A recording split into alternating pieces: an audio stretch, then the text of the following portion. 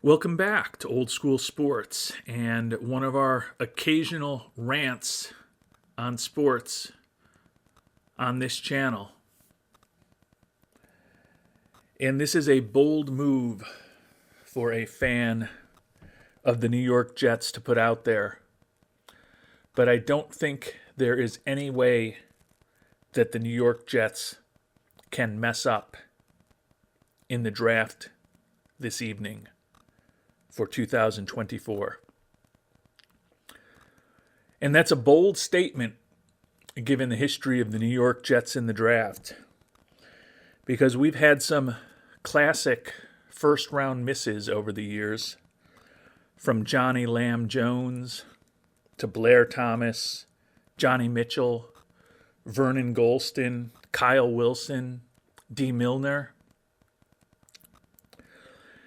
We've had some of the classic mistakes in the first round of the draft as well, which live on in infamy when we picked good, or in some cases very good or borderline great players over future Hall of Famers that were projected largely to go where the Jets selected. I'm thinking about Kenny O'Brien over Hall of Famer Dan Marino, or Al Toon over Hall of Famer Jerry Rice, or Kyle Brady over Hall of Famer Warren Sapp, who the Jets fans were chanting for almost 30 years ago. My, how time flies. And of course, there's a long track record of relatively poor decisions with quarterbacks, from Browning Nagel to Kellen Clemens to Mark Sanchez, Geno Smith, Christian Hackenberg, onto Sam Darnold and Zach Wilson more recently. Some have had success at times. Some have had decent success outside the Jets, Geno Smith in particular. But during their time in the green and white, they generally did not perform all that well. And that's why this statement is such a bold one. There's actually one thing that the Jets can do this evening in the draft that would mess it up. But as long as the Jets do not do that one thing, I don't think they can mess this up. They could trade up and do well. They could stay where they are and do well. They could trade back and do well. And I'm going to kind of go through all of those scenarios shortly. The only thing that the New York Jets cannot do tonight is to draft a defensive player with their first pick in the draft. As long as they don't do that, I don't think they can mess this up. The Jets right now are scheduled to pick 10th overall in the draft. A lot of needs on the team. Wide receiver, offensive tackle, backup running back, safety, project quarterback. Could probably use an extra younger defensive tackle, or maybe even cornerback, maybe even a tight end. So there's lots of holes to fill, and some of those are defensive. But as long as the Jets don't take a defensive player with their first pick, I really don't think there's any way that even this woebegone franchise with the longest streak of missing the postseason that's active in not just the NFL, but all four of the major North American sports, even that franchise cannot mess this up as long as they don't take a defensive player. And I'll talk about why now.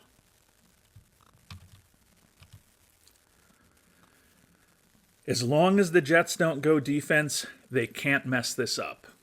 If you've looked at the mock drafts and listened to the so-called experts, the positions that they're kind of focused in on the Jets taking at number 10 overall are tight end, perhaps Brock Bowers, offensive tackle, or wide receiver. And I think as long as the Jets take one of those positions, I don't think they can mess this up. Personally, I think tight end is their lowest need among those three positions. They've got Tyler Conklin, who's averaged 60 catches a year over the last 3 years with the Vikings and the Jets. They've also got Jeremy Ruckert, who they picked in the 3rd round just a couple years ago. So certainly, I believe Brock Bowers would be an upgrade over those two players, or a potential upgrade over those two players. And I'd be content, depending on how the draft broke, if the Jets ended up with him at number 10. But I don't think that's the most pressing need. Offensive tackle is an area that's a big need for the Jets.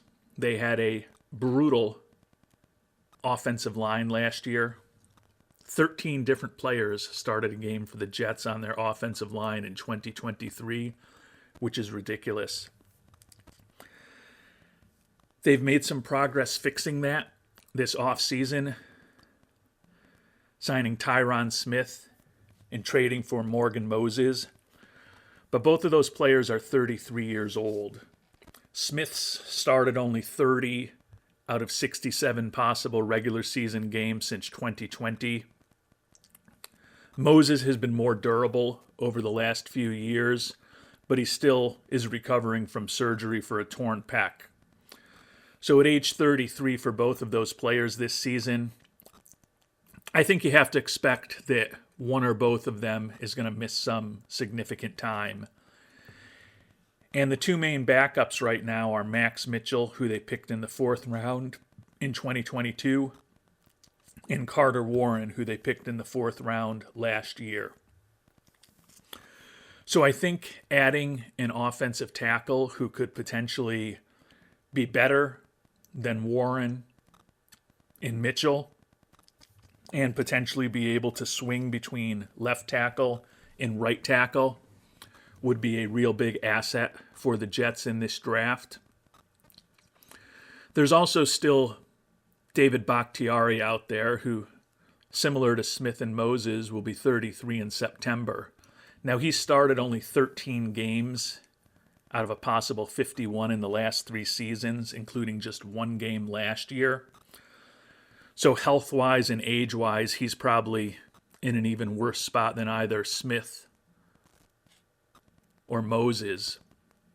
But he's a guy who, with the connection to Aaron Rodgers, if he decides to continue playing, the Jets could probably bring in this offseason after the draft. But certainly bringing in some high-level, young potential talent at offensive tackle would be a good move for the Jets. But I think the biggest need is actually at wide receiver. Garrett Wilson is fantastic. Offensive Rookie of the Year for 2022.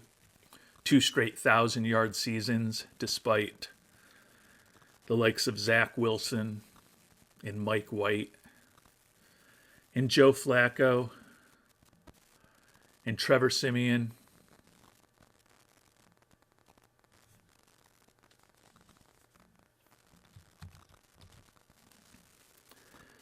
And yes, even Timmy Boyle and Chris Streveler throwing to him over these 2 years.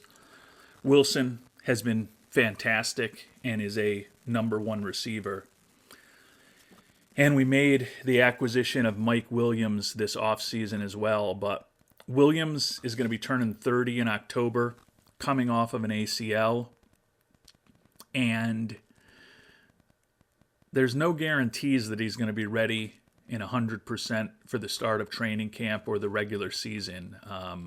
It's very possible he might get nicked up, have a setback with the recovery, and not be ready for the start of the season. And as good as Wilson is, Williams is an injury risk. And if Williams is out, you're looking at Xavier Gibson, Alan Lazard, Jason Brownlee, and Irv Charles in the competition to be your third and fourth receivers. Right now, it's probably Gibson and Lazard in some combination. And if Williams is banged up, those guys are your number 2 and your number 3. And when you're in a win-now season with future Hall of Famer Aaron Rodgers as your quarterback, I think you need help at wide receiver. So while I'm going to be content if they come out of this with a wide receiver, an offensive tackle, or a tight end, if it was up to me, being a win-now team, I think that wide receiver is the way to go. And now I'm going to go through the scenarios that kind of outline why, as long as they don't pick a defensive player, I don't think the Jets can mess this up. And that is a very hard statement for a Jets fan to make, because we have had things messed up so many times. I talked about the draft and the history there. But just think about the history of some of the games we've been involved in.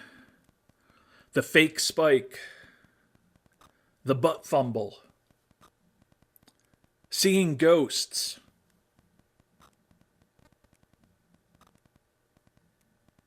even Thanksgiving Day, just this past season, when the aforementioned Mr. Boyle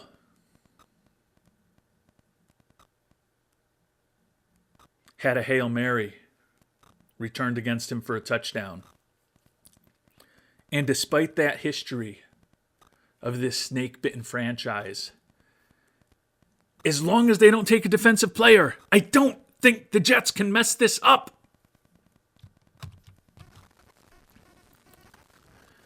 But before I get into the scenarios, I should acknowledge that I've lied to you about one thing. The Hail Mary returned for a touchdown as time ran out in the second quarter was not actually on Thanksgiving Day. It was on Black Friday, the day after Thanksgiving. And I apologize for misleading you. But with this 10th pick, I think what I want to see as a Jets fan is quarterbacks and defensive players going off the board before the Jets pick at number 10.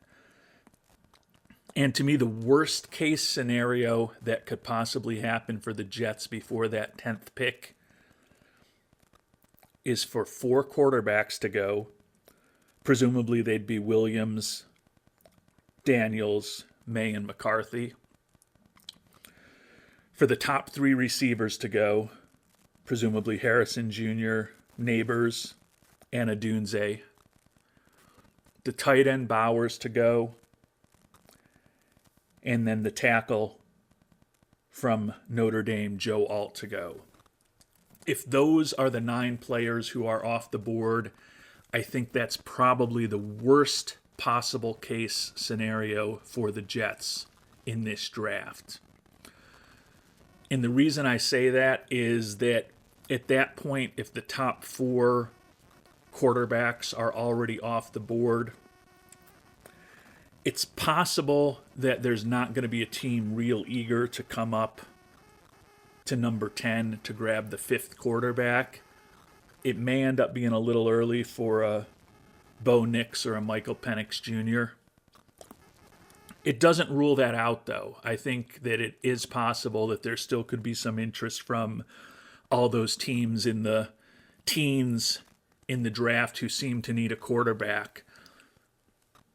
But it's possible that some of those teams may trade up to the beginning of the draft to take some of those 4 quarterbacks that were taken. But even in that worst case scenario possible for the Jets, they would be able to get either the first or second offensive tackle on their board, depending on where they have Joe Alt ranked. that's a pretty good scenario for a team with a couple of 33-year-old starting offensive tackles. And as much as I think that Joe Alt is probably the best left tackle in this draft, I think he's similar to DeBrickashaw Ferguson, who was with the Jets for a decade, a guy that they picked 4th overall, closing in on 20 years ago, and had a very successful career with the Jets. I think Alt is a guy who has a very high floor. I don't know that he has a Anthony Munoz Hall of Fame kind of ceiling, but I think he's a plug-and-play guy at left tackle for the next decade who's going to give you consistent above-average play and possible perennial Pro Bowler who's an occasional All-Pro, which is a heck of a career. As much as I think that Alt is the best left tackle in this draft,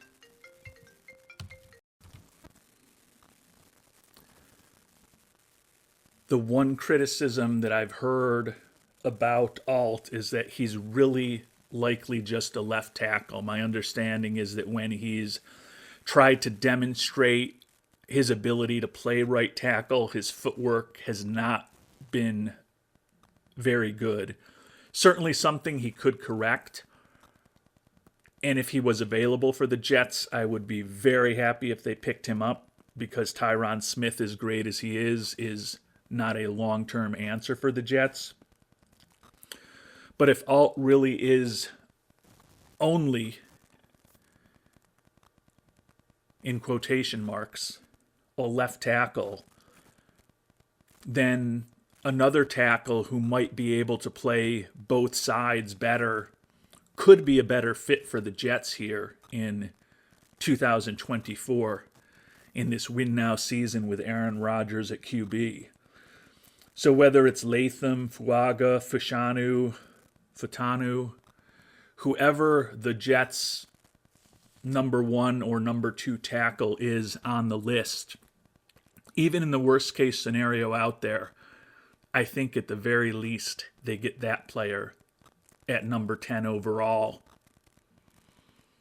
as long as they don't pick a defensive player.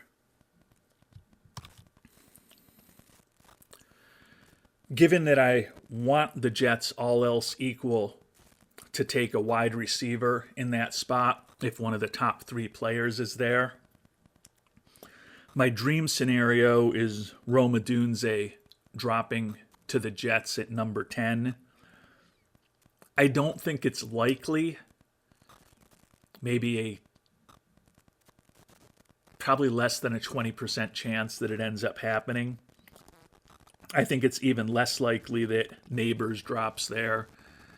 And I think it's certainly a 0% chance that Marvin Harrison Jr. will drop there. But I think it's pretty unlikely that one of the top 3 receivers is going to be there for the Jets at number 10. If one of them is there, they should run that card up for the wide receiver as quickly as possible. Personally, I like Odunze better than I like Neighbors. I love Odunze's size at almost 6'3", 4.45 40. I think he would be an incredible complement to Garrett Wilson and Mike Williams, and that would allow the likes of Lazard and Xavier Gibson and Brownlee and Irv Charles to kind of be more in that 4th, 5th, 6th wide receiver role, which makes me feel much better about their offense. Now, the other 2 scenarios that I think could work out for the Jets are trading up or trading back. If they think Odunze is the guy, I think there could be an opportunity to trade up to one of the spots not too far in front of them. I think the one team that has often been linked to a defensive player in this top of the draft is the Atlanta Falcons, with a defensive-oriented coach, Raheem Morris, on board.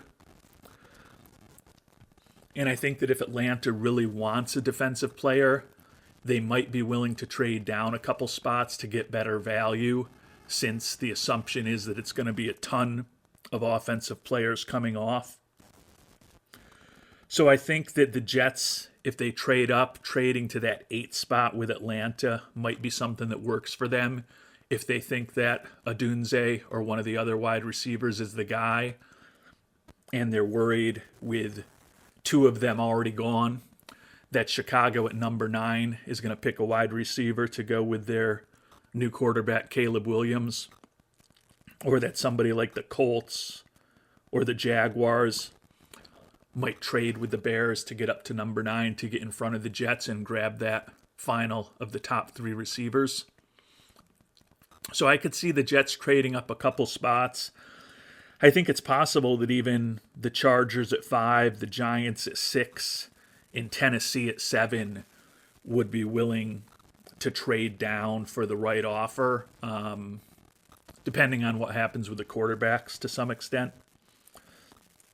But I think if the Jets could get up to number 8, probably doesn't cost them all that much looking at the various forms of the draft charts. It's probably a little more than a 4th rounder, a little less than a 3rd rounder to trade up from 10 to 8. If Atlanta really wants a defensive player, maybe the price is a little more reasonable, and it's a 4th rounder this year and then another pick swap with it to make up the gap, or maybe another pick next year. I think in a perfect world, the Jets don't want to give up their 3rd rounder this year, since we've already lost our 2nd rounder, which is going to the Green Bay Packers as part of the Aaron Rodgers trade from last year.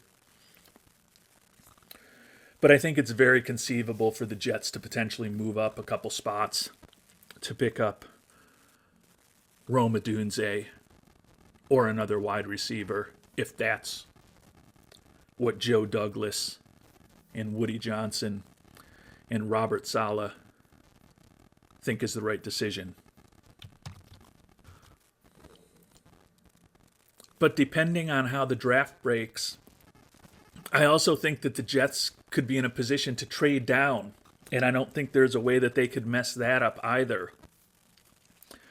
If, for example, only 3 quarterbacks, for whatever reason, are off the market when the Jets are picking at number 10, that would mean that Minnesota likely didn't trade up, and Minnesota picking at number 11 is presumably going to go for a quarterback. It would probably be J.J. McCarthy in that situation. But behind Minnesota at number 11, you've got the Broncos at 12, you've got the Raiders at 13, you've got the Saints at 14, you've got Seattle at 16, and you've even got the Rams at 19, which are all teams that, to varying degrees, could be looking at a quarterback. And if McCarthy is still on the board, or if one of those teams has really fallen in love with Michael Penix Jr., or probably somewhat less likely Bo Nix, and they're worried that the Vikings might take that guy at 11, and this would be the scenario where perhaps Chicago, Washington, and New England all picked quarterbacks 1, 2, and 3, and then maybe even the Giants took a 4th quarterback possibly at number 6. But regardless, in that scenario, there could even be demand for the 5th quarterback in that 10 spot with the Jets if people were concerned that Minnesota was going to take it at 11. And in that case, the Jets could drop back to the mid-teens. Depending on how far they dropped back, they'd probably pick up an extra 4th. Maybe in some cases, if they drop back a little further, they'd pick up an extra 3rd. And the nice thing about having 2 third-rounders, if they were to make this kind of trade, is that that would probably put them in a position where they could package those 2 third-rounders to move up to the middle of the second round if there was someone that they were really in love with on Friday.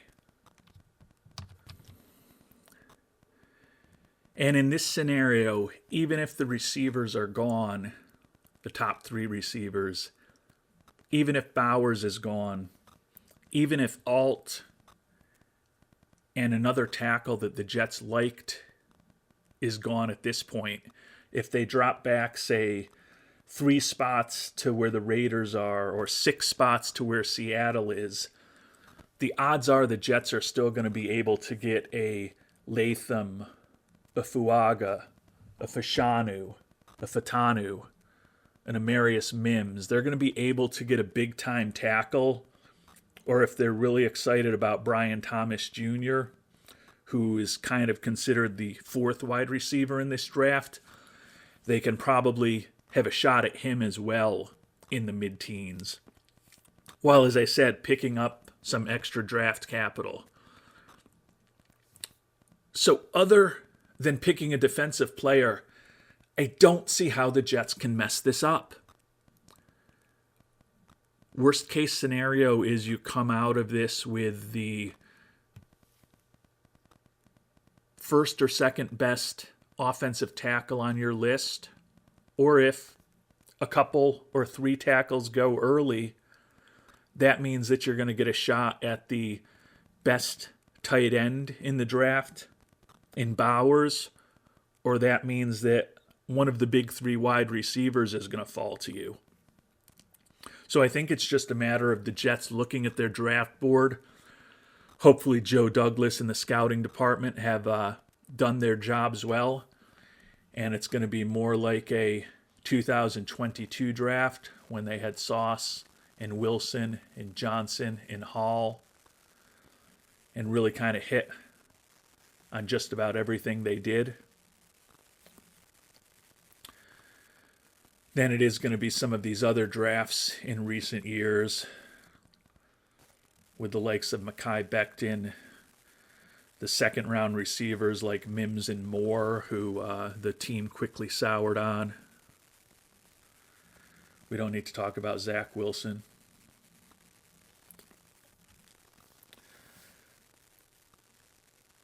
But I think the Jets can't mess this up. What do I think is actually going to happen? If they can't or won't trade up or trade down and they end up picking 10th,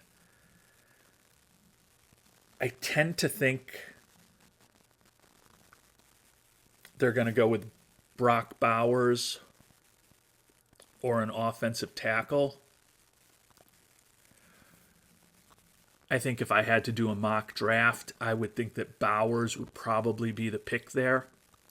And even though he's not a wide receiver, and even though tight end is not as huge a need in my mind as offensive tackle or wide receiver, it's still a potentially very interesting offensive weapon for your future Hall of Fame quarterback that would help this offense in this win now season. Now, admittedly, rookie tight ends don't typically come in and have dominant seasons.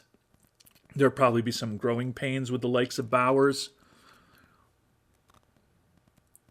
But if that's one of the worst case scenarios you could possibly have, Bowers or the second or third offensive tackle on your list, given the needs of this team, I think that's a great scenario. What would I do? If Rome Odunze was there at number 8, I would get on the phone with the Falcons and offer them the Jets' first 4th rounder and then whatever else they needed, whether it was a pick swap this year or if the Falcons were playing a little bit of hardball, it might be a 3rd or 4th rounder next year as well. But make that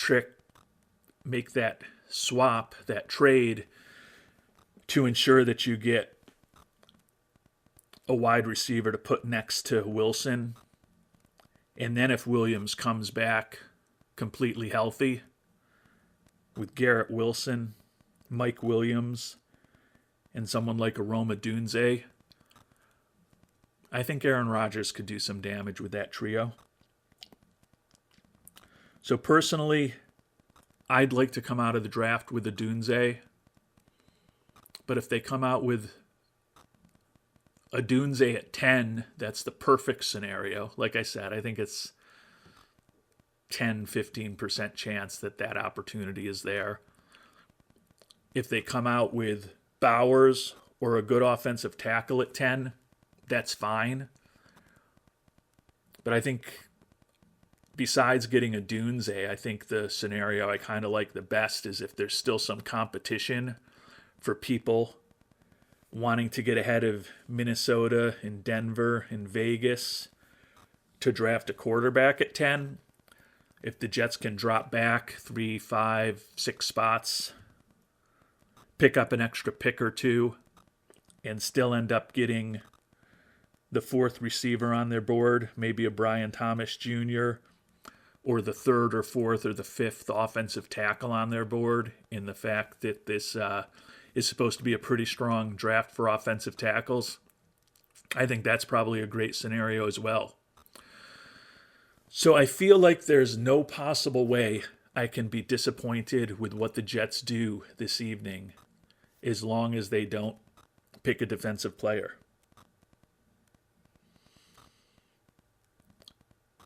But my optimism with the Jets has proven to be wrong in the past.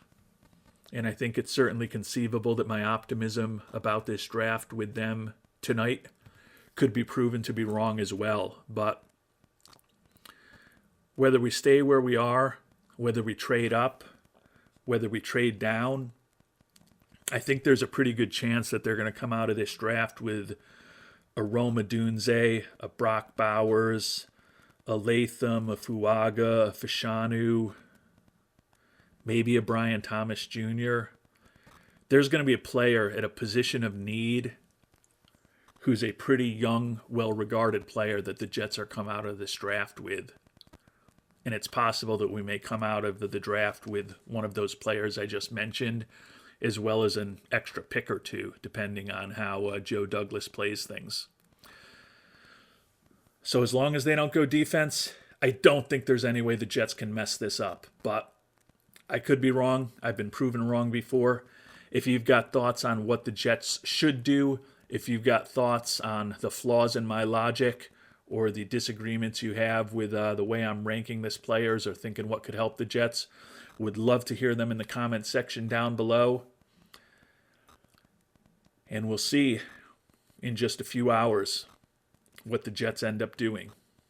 Until then, Jets, Jets, Jets, Jets.